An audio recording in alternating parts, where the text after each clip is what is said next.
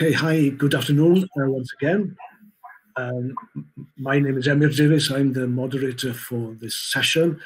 There may be a short time for questions at the very end, so please use either the stage chat channel to type your question or to press the raise hand icon at the bottom of the screen. And then you'll be invited to the stage to ask your question on screen. So without further delay, I'd like to invite our next speaker to the stage, Mark Elliott of Cambridge Assessment English. And his topic is personalised assessment. He'll be immediately followed by Andrew Keynes from the University of Cambridge, who will talk about using data. But firstly, I'd like to hand over to Mark for his talk, immediately followed by Andrew. Thanks very much. Thank you. So, my name is Mark Elliott. I work at Cambridge Assessment English in the Assessment Quality and Validity department, where I'm mainly responsible for designing and reviewing tests, and also for psychometric work as well. And I'm also a member of the ALTA Institute at the Computer Laboratory in the University of Cambridge, where I'm currently studying for a PhD. And what I'm talking about sort of straddles both of those two strands. So I'm going to be talking about the idea of personalised assessments today. As an outline of what we're going to go through, we're going to discuss what, I was going to say what we mean, but at least what I mean by personalised assessment. And then going to place it in its historical context by discussing a well-established mode called computer adaptive testing, how we can extend computer adaptive testing further, and then perhaps the most important part of the presentation will be talking about the context, what we can do within different types of context, standardized tests versus formative assessment. And I'm using the term formative assessment here in the narrow sense, rather than learning-oriented assessment, which is a more holistic term encompassing all aspects of the learning and assessment process, and such as summative tests and progress tests.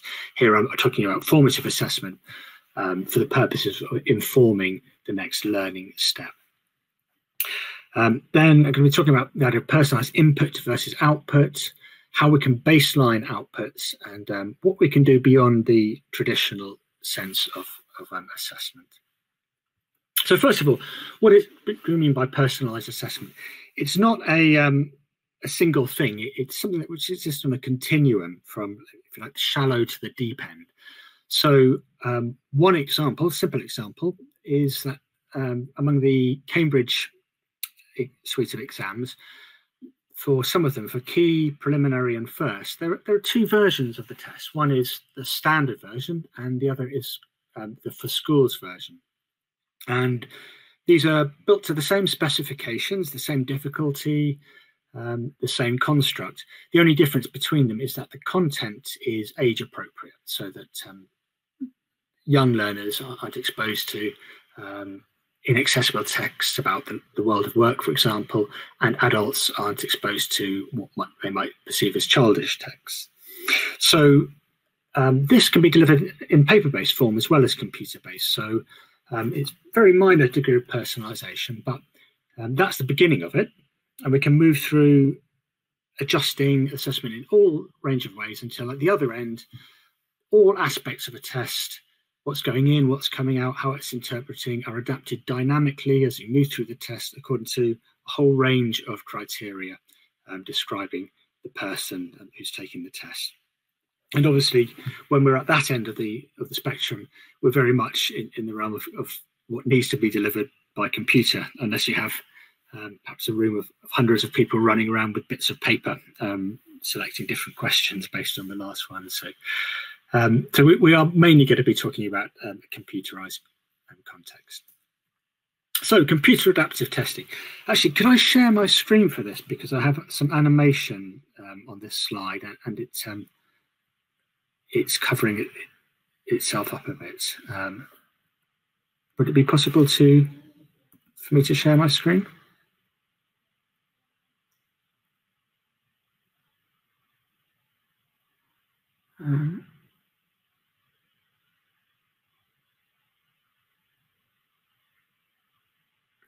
Okay, well, what we have in here, I'm afraid it's not very clear because the animation doesn't work. So we've got text on top of. Oh no, sorry, I can get in and share my screen. So, okay, so computer adaptive testing.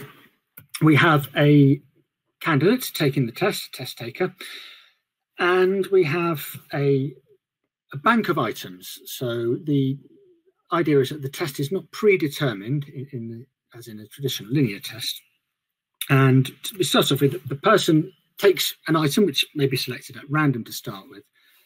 Based on their response to that item, we update our knowledge of the person before going around in a loop. So the way we do that is that each item needs to be calibrated according to some kind of model. So typically this is done using a RASH or IRT model. It could also be done using a sort of machine learning based model, for example. But the critical thing is that you must have some kind of modeling. So we're already to some extent in the realms of AI. And computer adaptive tests are a form of artificial intelligence, and they've been around since the 1980s. So in that sense, adaptivity, personalisation, and AI in testing is nothing new. So that item difficulty will take the form, a numerical form, usually on a scale, an open scale, which could run from -infinity to infinity, technically. And all of the items in the bank will have different difficulties. So based on the current set of responses from the person, we are able to use the difficulties of the items they've answered, correctly and incorrectly, to make an estimate, a current estimate of the person's ability. So, for example, this person's taken 4 items, they got 2 of them right. Their current ability estimate is 0.32 logits, we'll say, if we're using a RASH model. And we also have a corresponding measure of error or uncertainty around that, which is what we want to reduce. We'll have a stopping rule telling us when our estimate is accurate enough. So based on that, we usually will, most algorithms will choose the item which is closest to the person's ability, because that's the item which gives us the most information about that candidate. Obviously, if an item is very, very easy or very, very hard for a learner, we don't get as much information about them, and we need more items. So the idea here is to be efficient. So they take that item, in this case, they get it correct. We then update their ability estimate. It's now 0.41, and we move on and select the next nearest item, and so on until we reach our stopping rule. Okay, so I might as well continue sharing, actually. So we can continue take the idea of computer adaptive testing, we can expand it a little.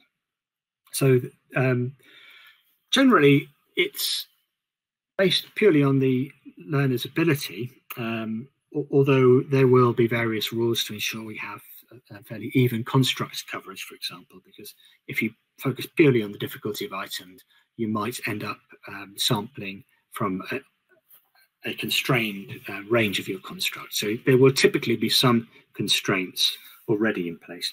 But we can extend it further by, for instance, adding a stochastic element where instead of being deterministic and always selecting the nearest, we may want to add a bit of variety by sampling from a wider range of possible items.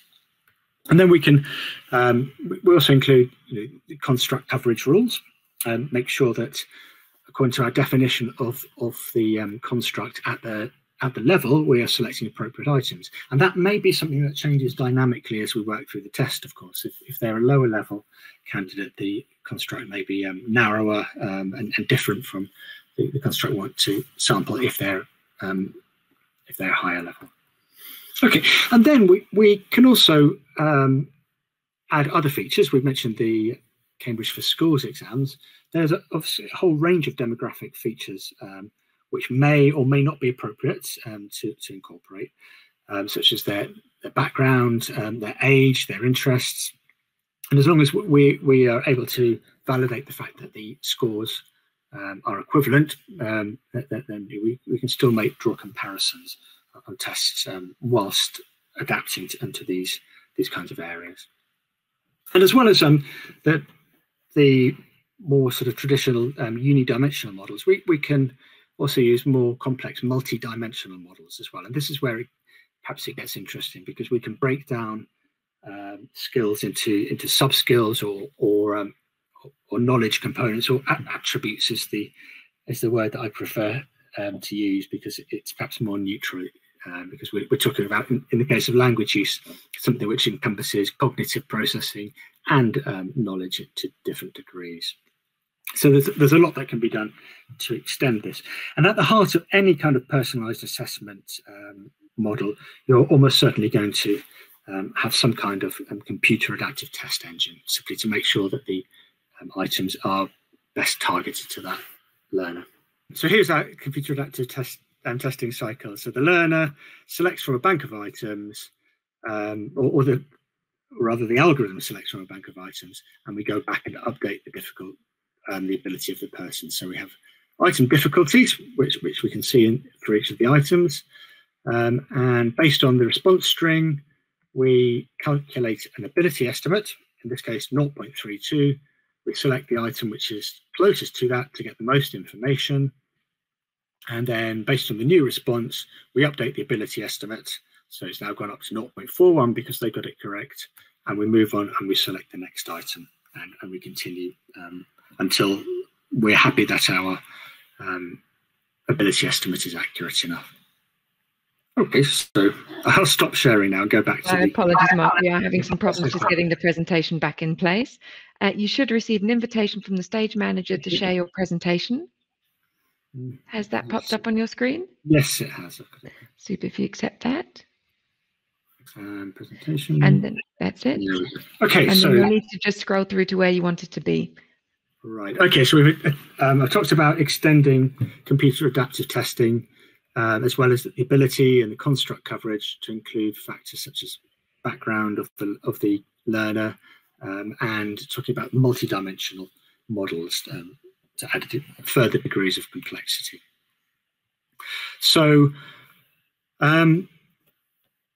as I mentioned, talking about standardized tests versus formative assessment, the key difference here is which types of inferences we want to draw from our results, and obviously that's obviously the key question when we're talking about the validity of an assessment.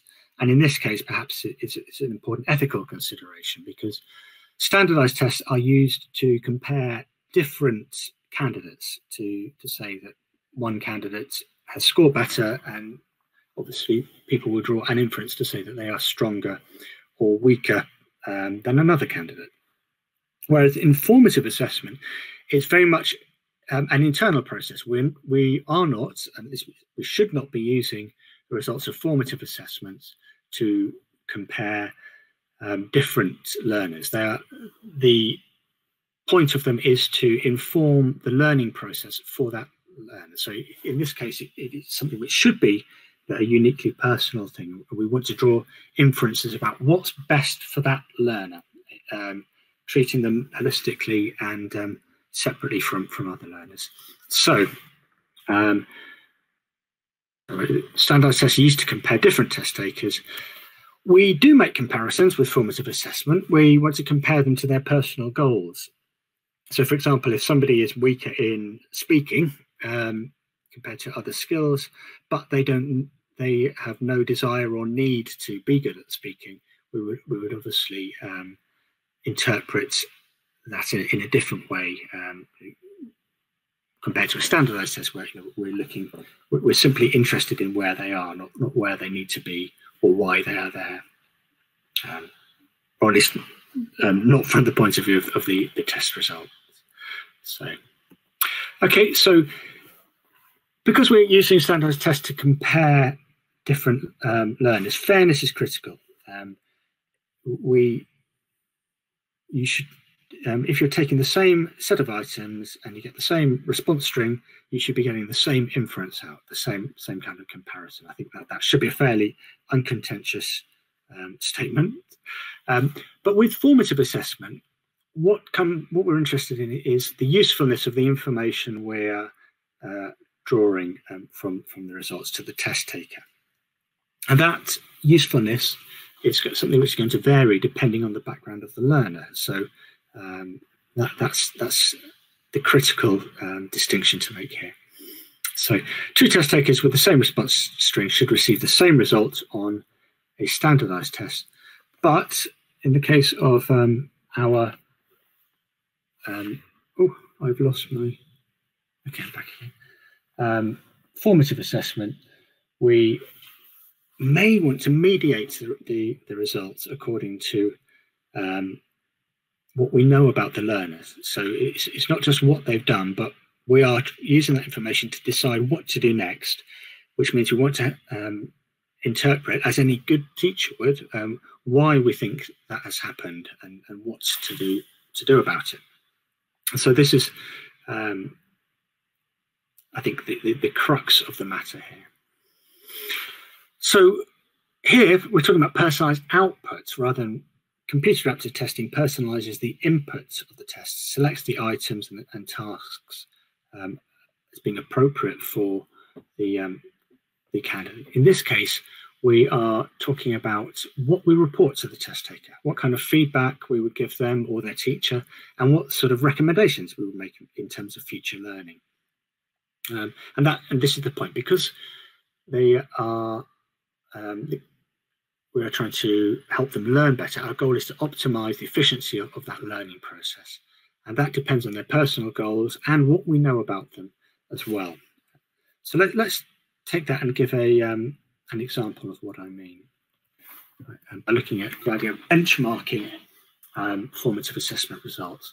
So here we've got a learner who's taken a formative test of writing, and it's broken down into three areas: their use of grammar, vocabulary, and organisation, just to keep a fairly simple example. And we can see that their score is the blue bar here. They've done that. They are strongest at vocabulary, and they're weakest at grammar, and they're somewhere in between in organisation. This is a complete toy example that I've made up. It's not a real case. And it just so happens that we have data from a large number of learners who've taken this test, and we know that learners at that level, from their L1 background, typically have an average profile, which is the represented by the orange bars. So if we looked at the blue bars on their own, our immediate reaction might be, okay, they're weaker in grammar. We need to support them in grammar, perhaps, because that's the area which will lead to the largest improvement. But on the other hand, once we mediate it through their first language, we can see that they're actually stronger than you would expect them to be in grammar. And likewise for vocabulary, which is personally their strongest area, they're actually slightly weaker than you'd expect. And this is something you may want to take into consideration when interpreting the results. So perhaps to give an even simpler example, if you have a grammar diagnostic test, which is broken down into different areas, and you have a learner who is weak in articles, if that learner was a Spanish speaker, a language which does have articles, or that learner was a Czech speaker, where there are no articles, you might interpret that a little differently. There's no point in hammering the learner with articles exercises when in fact we know that they're not ready to internalize and to learn that at that stage in their learning. Whereas in another case, it may simply be that you discovered they missed a lesson and that there's a quick and easy fix to an area. So I'm not saying you would ignore it in one case, but you would draw a different inference based upon what we know about the learner and their background. And this is the critical difference. Whereas in the summative case, the only inference we want to draw is how strong the learner is. So that's what we can do with standard types of assessment. I want to consider a slightly broader context of assessment, if we think of assessment as gathering evidence to determine the level or strengths or weaknesses of the learner, that doesn't necessarily need to be through scores in the traditional sense. So, for example, in a platform where we are developing an LOA cycle, we could use a mini personal corpus of written work from a learner, and we could use corpus tools to identify the kinds of language they are using actively. So we're not trying to assign necessarily a stronger or weaker tool. We're simply looking at the kinds of constructions, the kinds of vocabulary they're using. Perhaps we can look at engrams and look at the degree of subordination that they're using in their sentences, and so on. There's an almost endless range of things we could look at. And again, we can look at a typical profile. So if somebody's preparing for an exam at B2, we could look at the kind of language that is typically used at that level, and we can see what they're using more of or what they're using less of. And this information can also be used to inform future learning. So again, it's personalised output. We have a different kind of input. It's all going to be very much AI focused with using automated corpus tools, and we're looking at the learner corpus at an individual level versus the aggregate corpus, which we can break down according to different criteria of comparison for where the learner wants to be, and incorporating information we know about that learner, again, like their L1 background, and also their error profile. Again, if a learner is making a large number of errors in a part of the language which we wouldn't expect them to be strong at, we might treat that differently from an area where they would expect to be strong at. And that is all I have to discuss for now. So I want to throw the floor open for questions and discussion. Right, okay. So a question, can CAT be used for large-scale testing? Well, it can be, yes. It's simply a different way of delivering a test. You do need a large bank of items, but I guess if we're talking about a national scale, then it can be. It's not a panacea, but it certainly can be used. It has benefits such as security, for example, in some uses. Okay, so we have a question. What about standardized tests for speaking? Do they truly measure communicative competence? I think that's, to be fair, I think that's probably a question that's outside the scope of what I'm talking about today. It's a very interesting question, and I suppose it would depend on what kind of construct we're talking about it for communicative competence. I think